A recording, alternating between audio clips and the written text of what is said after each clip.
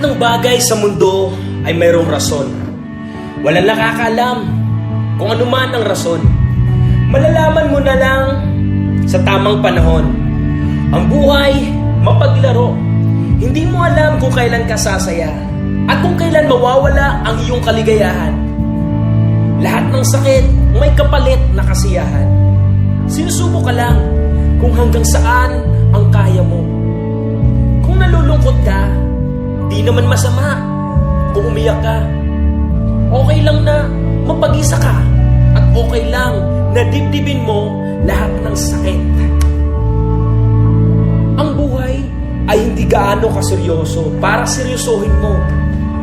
Dapat magsaya ka lang sa buhay dahil walang permanente dito sa mundo. Kaya magpakasaya ka kung anong meron sa buhay mo. Hindi kailangang maayos ang buhay para malaman ang tunay na itong kahulugan. Ang pagiging masaya sa buhay, wala yan sa dami ng pera at dami ng ari-arian. Hindi sa taas ng edukasyon nasusukat ang pagkatao mo. Mababa man ang iyong pinag-aralan. Kung marunong kang rumespeto, daig mo pa ang edukado. Kapag nadapa ka, bumangon ka.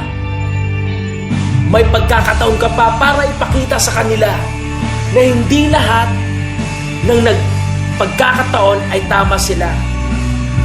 Ano mang buhay meron ka ngayon, ilagay mo sa isipan at puso mo na may nakahandang magandang bukas ang Diyos para sa iyo. Kaya kapit lang kapatid, lahat ng yan ay matatapos din. Lahat ng yan ay babalik sa ayos dahil mahal tayo ng Diyos. Pinagkalooban niya tayo ng iba't ibang paraan.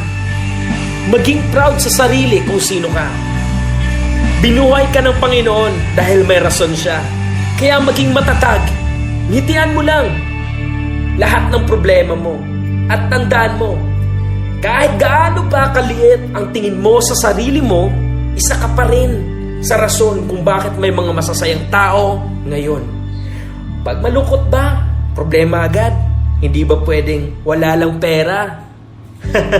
Ngiti lang kapatid, kaya mo yan. Laban lang, mahal tayo ng Diyos.